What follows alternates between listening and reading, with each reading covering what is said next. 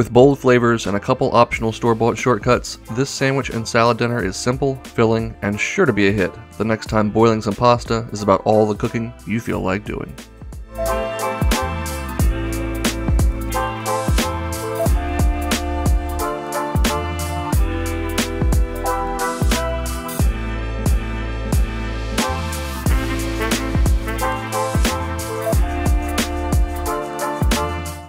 Alright, we'll get started with this Italian pasta salad by dicing up a bell pepper. I think yellow or orange is a nice color, but you could use any that you have on hand. I want to get a nice small dice on this so you're not biting into any large chunks of pepper in your pasta salad.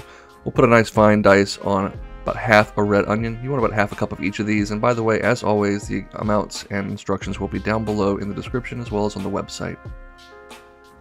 We'll cut up some Kalamata olives, as well as some roasted red peppers. They add a different flavor than the raw bell pepper. And I've got about 12 ounces of rotini, or any kind of pasta of your choosing, that I have cooked and cooled slightly. We'll add in the bell pepper, onions, some chopped tomatoes, the olives, the roasted red bell peppers, and I'm going to go with some Italian salad dressing. You could definitely make an easy vinaigrette with some pantry staples, but kind of like the flavor of the Italian salad dressing, and it is a quick little shortcut. Go ahead and stir all of that to combine, and if your pasta is still a little warm, let it cool off just a little bit before we add in about half a cup of feta cheese. The cheese is definitely optional, but I love that tangy, bright flavor that it adds, so I go pretty heavy with the cheese. Once you stir all that to combine, taste it and add some salt and pepper if needed, but there's a lot of salt in the olives and the cheese, so mine was just fine. Next up, we're going to grab a large loaf of Italian or French bread. You want something in the 16 to 18 inch range if you're going to have enough sandwiches for 4 people here.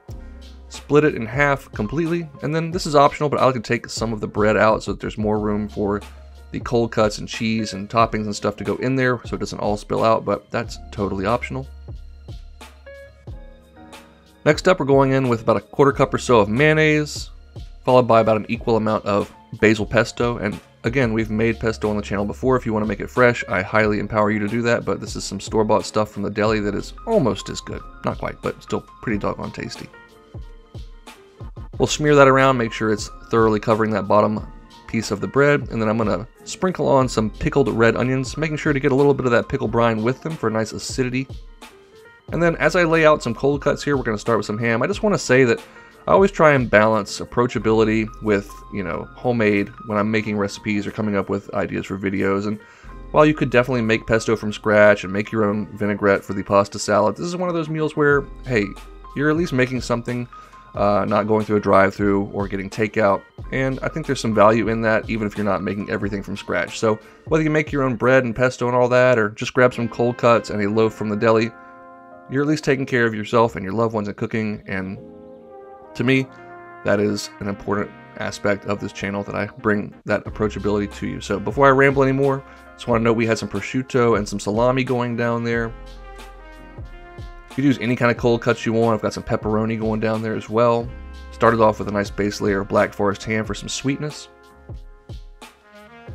And once we've got all those cold cuts down, we will turn our attention to that top loaf, which again, I took some of the bread out of that. We're going to drizzle on a little bit of olive oil just to keep it from drying out too much in the oven. We are going to toast it lightly.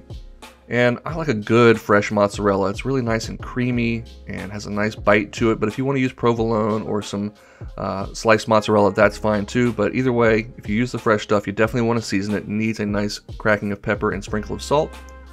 And then my final topping I like on an Italian sub is some good fresh tomatoes. I skipped the lettuce. I just don't think it adds a whole lot.